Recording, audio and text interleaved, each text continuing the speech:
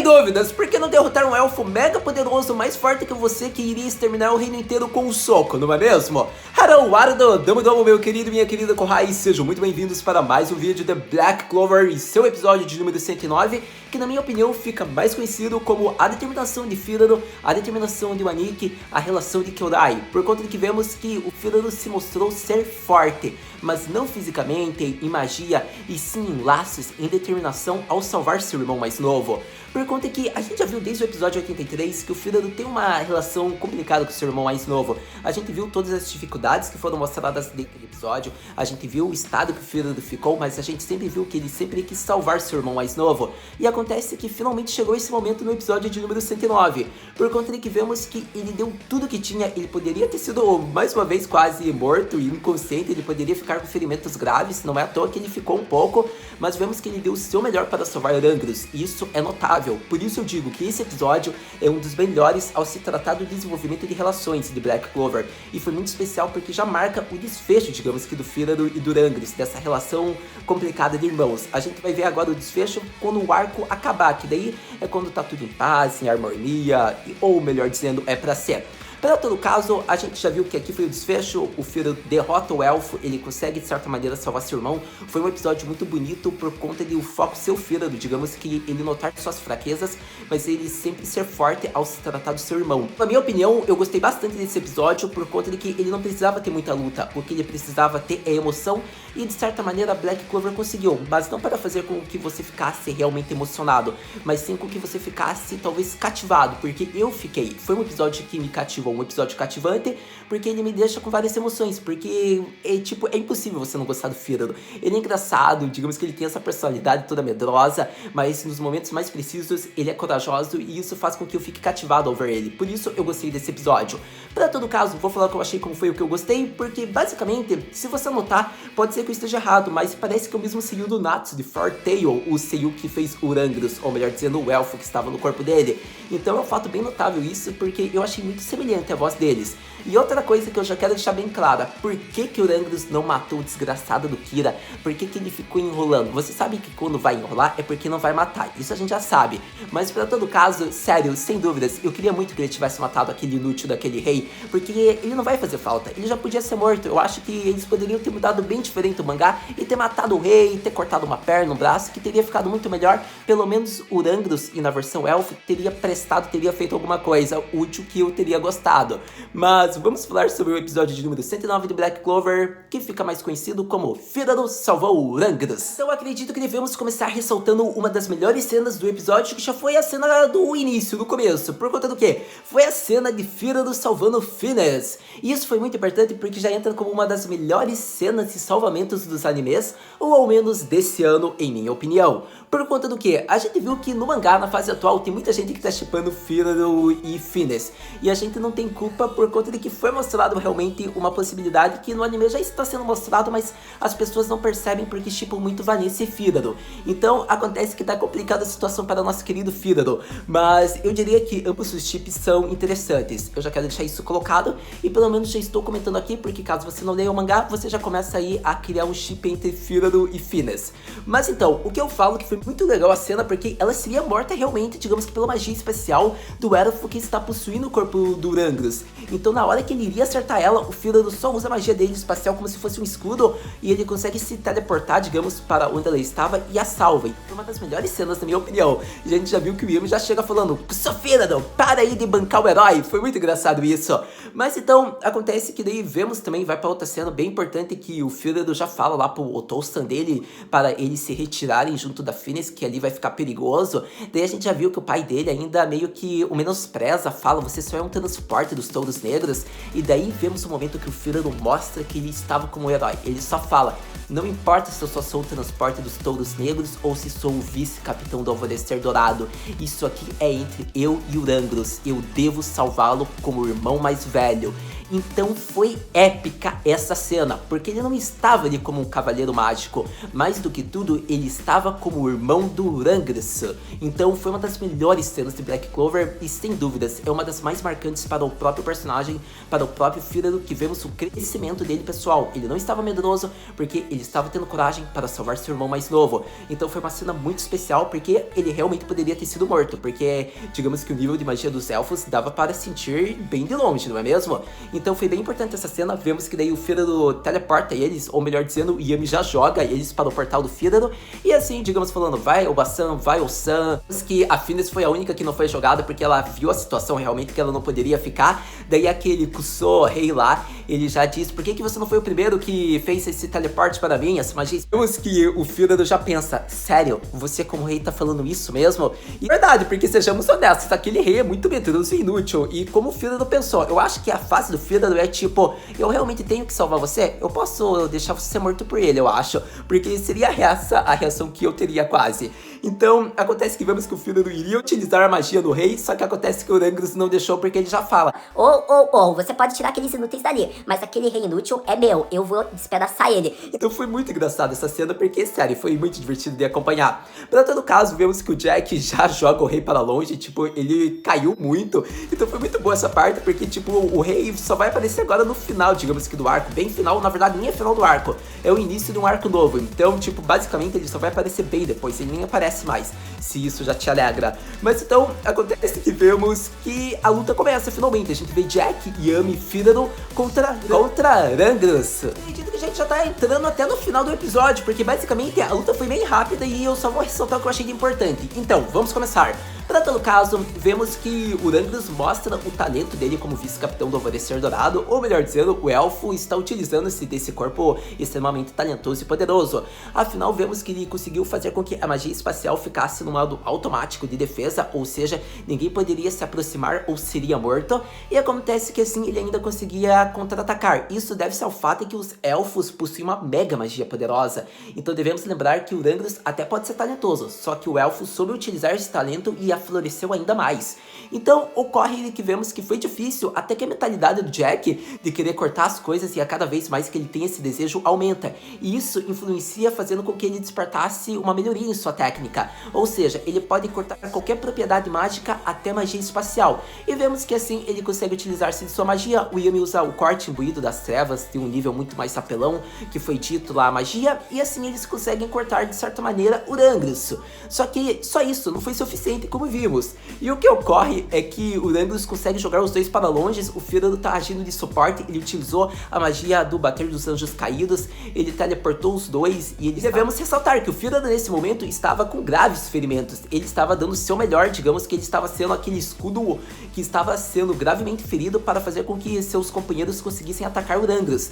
Então no momento que ele utilizou essa magia, ele conseguiu contra-atacar de surpresa, ele se serviu de isca, e assim os dois capitães chegam perto, conseguem de certa maneira quase atacar o Rangrus, ou ao menos o derrotam de certa maneira, e assim o elfo se descontrola. E um elfo descontrolado é quase como se o corpo fosse destruído, como se fosse quase destruir uma parte do reino, não é mesmo? E nesse momento que ele saiu de controle, ele não estava mais sob o controle, digamos que nem elfo, nem Rangrus, a gente viu o que Fígaro faz. Ele utiliza-se a última gota de magia que ele tem da asas do anjo caído, e nesse momento ele consegue enviar pela magia espacial lá do Rangrus, e quando essa magia utiliza-se e funciona no irmão mais novo e teleporta para próximo de Fígaro, o mesmo já dá um soco pedindo desculpa para Rangrus, e nesse momento vemos que é como se Fígaro conseguisse entrar no subconsciente do elfo, ou ao menos de seu irmão mais novo, e fala: vamos, me desculpe por ter demorado tanto, mas você sabe que eu tenho minhas fraquezas, mas finalmente eu cheguei aqui. Então assim acaba o episódio, se conclui de certa maneira a parte do Fígaro, porque nesse momento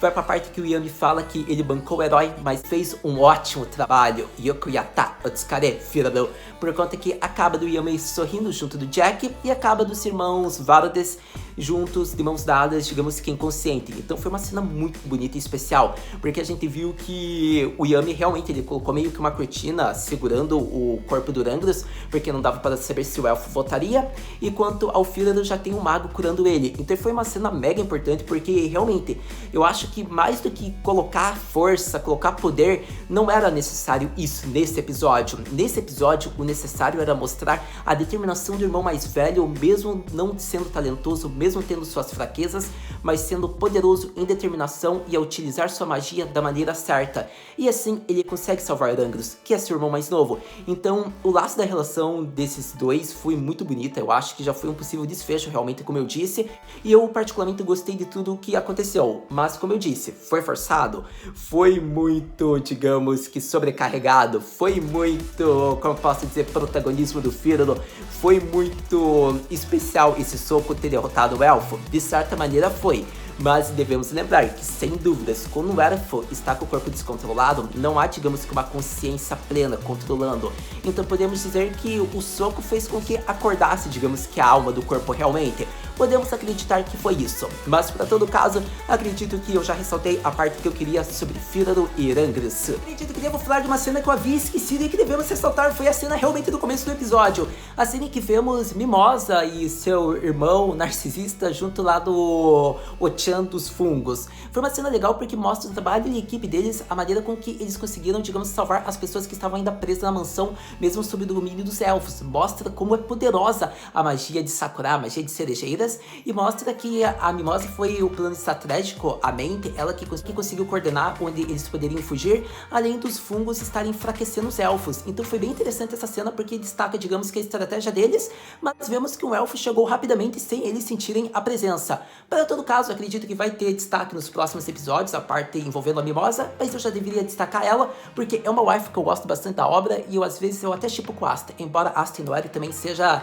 beautiful, steak. Mas deveria ressaltar a parte que eu achei importante, porque mostrou a Mimosa e, digamos, a estratégia deles. Mas então, vamos falar agora sobre nosso querido Paturi, por conta do que o mesmo consegue finalmente chegar à base do Byakuya, e assim ele já sonha, almeja reencontrar seu amado, como eu posso dizer, Rihito-sama, a grande pessoa, o grande senpai dele. E acontece que nesse momento, a gente viu que ele já chega e ele já encontra lá o Gaucher e a irmã mais nova, acho que é a Mari, eu não lembro o nome dela, mas acontece que a gente vê que os dois já estão sob o corpo de elfos, eles até dizem: você é realmente um fanboy desgraçado do Rihito, né? Eu não imaginava que você seria tão fã, você era tão inspirado nele que até o corpo e o estilo dele você quis fazer igual, né, Rihito? E o Rihito já fala: não foi intenção minha, né? Acabou que eu vim para esse corpo, então podemos dizer que foi o Man, foi o destino que fez com que eu ficasse igual o meu senpai.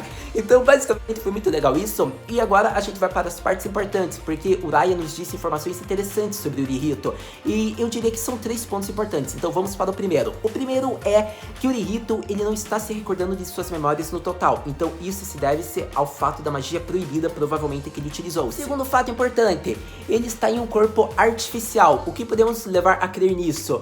Que ele utilizou-se da magia proibida e isso fez efeitos colaterais, danificou ou até mesmo exterminou quase que por completo o corpo dele. E o terceiro ponto importante é que ele está tirando sono, talvez para ele recordar de suas memórias, para que ele possa utilizar-se do seu corpo melhor e para que ele possa acabar com todos os cavaleiros, com toda a humanidade, para que os elfos finalmente tenham paz. Então, na minha opinião, são esses os 3 pontos importantes que eu devia ressaltar do Rihito, que foi nos mostrado através desse episódio de número 109.